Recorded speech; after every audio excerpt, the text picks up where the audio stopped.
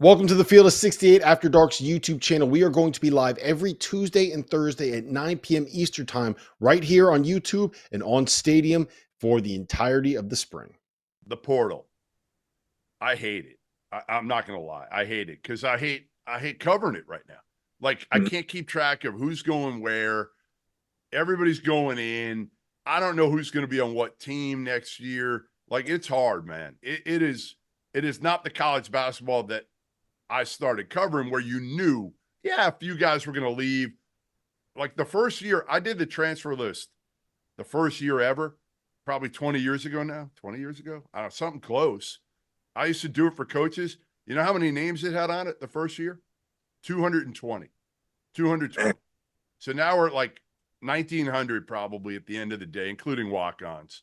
How do you feel about the state of college basketball right now? And I know that's a broad question, but you've been in it for 4 years. Again, you're benefiting in a lot of ways because when you got in, there was no NIL. The portal has gotten crazier because kids don't have to sit out anymore. Give me your overall thoughts on the state of college basketball. Oh, man. If I'm being completely honest with you, it's like a love-hate relationship with the portal. I think there's zero patience right now with everybody across the country. I feel like no one's willing to sacrifice 1 or 2 years of playing time. You know, if you're not a one and done, what do you have to, you know what I'm saying? Like, okay, maybe it's a pride thing, but like, I just feel like no one is patient with a process. Like, I went into Illinois. I thought I thought I had the potential to be a pro, but I never was like, oh, I have 6 minutes a game as a freshman, I'm out. Or like, okay, DeMonte Williams is still here. He's coming back for a 5th year. Oh man, I'm out, bro. You already know coach is playing. Like, it's never been that way. Like, I feel like everybody is that way. Like, everybody who goes through the portal, you already know I'm not going to play, bro. They're bringing in that guy for, you know what I'm saying? I'm out. Yeah. So it's just like, I think a lot of people just need patience. I think you need the right people in your corner, which I feel like nobody has, because all of a sudden everybody's parents who's never played or done it is making their decisions for them, or listening to this agent who can get them $750,000 from this school. So I think there just needs to be a balance of patience and trust and understanding from people. And then, like, if you're a 3-time transfer, and I'm gonna say this, if someone is a 3-time transfer, why the hell are you paying them again? You know what I'm saying? Like, let the dudes who've already transferred 3 times go.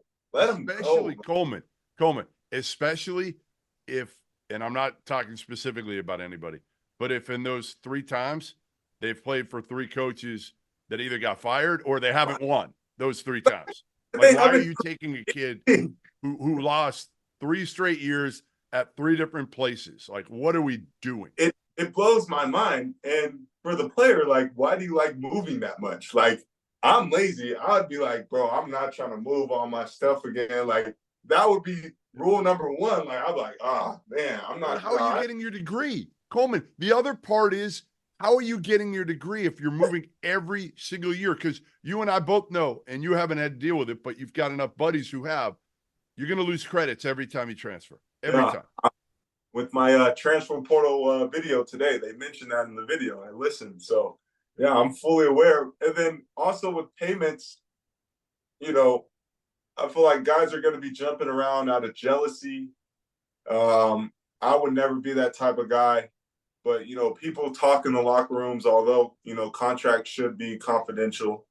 How much talk is there in the locker room? Do you know what everybody's making? Are you guys all talking about it? How often throughout the year? Or is it just something that it's said once and everybody knows what everybody's kind of making? Honestly, the only person I ever asked was Terrence. Because I was told that things would be similar. But No, I have no clue what, like, we've never, like, I hear people talking about it, but I've never, like, specifically went to anybody and asked. And I'm sure some people wouldn't feel comfortable disclosing that information. But, like, I'm sure people know, but they don't really know. But me personally, I haven't, like, asked anybody, or, like, would know anyone on our team what they're making. But I will say, I think there may need to be some kind of cap on, like, Yes. every single school has this amount of money to work with, and you disperse it. You know what I'm saying? Like, The salary cap. Yeah, the salary cap. it's Like, going to get out of hand at one point where this team, like, there's always going to be this team in this conference is on top because of this money, and then you have everybody else who can't get any money. You know what I'm saying? No one's going to go there. You're just going to get bottom feeders, you know? So I think there definitely needs to be a cap. But at the same time, like I said, it's love, hate. because you're making the money. Money, you know? So, like, No, I don't blame you. I don't blame you. If I was in your position, I want to get as much as I can now too, with also making the right decision. That's not 100% based on money, but also fit and where you're going to have a chance to have a great, like, I'll give you a great example. And I love this kid, and I hope it works out for him. But Michi Johnson is a great example. Okay. 2 years at Ohio State, didn't play a whole lot, goes to South Carolina, has 2 really good years. Last year was awesome, and his team was awesome. And he goes in to them, and I think he asked for whatever number it was. I don't know exactly what it was. And they say, hey, we can't do that for you. That's like a third of our total NIL. We just can't. And he goes back to Ohio State and probably got that number. Well, good for him. He got that number, but man, he was rolling at South Carolina. And I just hope he didn't leave a great situation that might allow him to make more money down the road if he had stayed at South Carolina for another year rather than potentially taking a step back at Ohio. Do you know what I'm saying, or no? Do you understand? I definitely understand. And a part of that, I feel like, is guidance as far as who's in your corner and agents. I had an agent come to me, and we're talking about NBA stuff.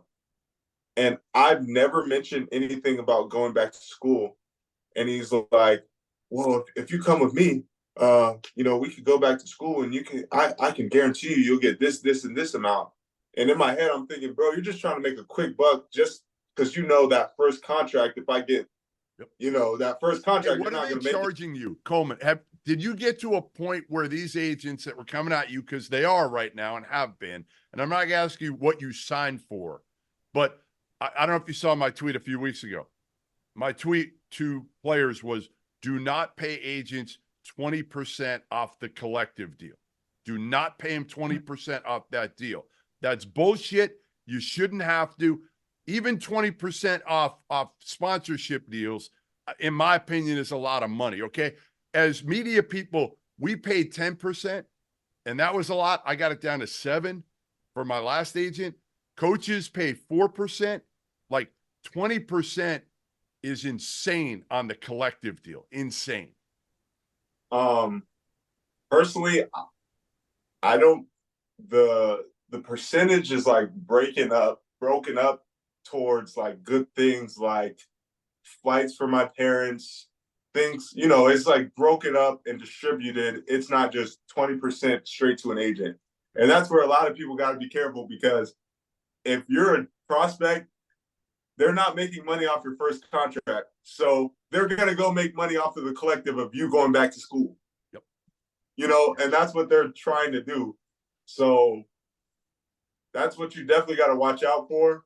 But no, if you're paying 20% directly to an agent, like, and their advice to you is just go back to school, like, they're not making anything off the first contract. They want you to go back to school so they can make money. Like, you know what I'm saying? So, and honestly, I can sit here and negotiate with a collective group. Collective groups aren't hymns. Right. Why can't you? You know what I'm saying?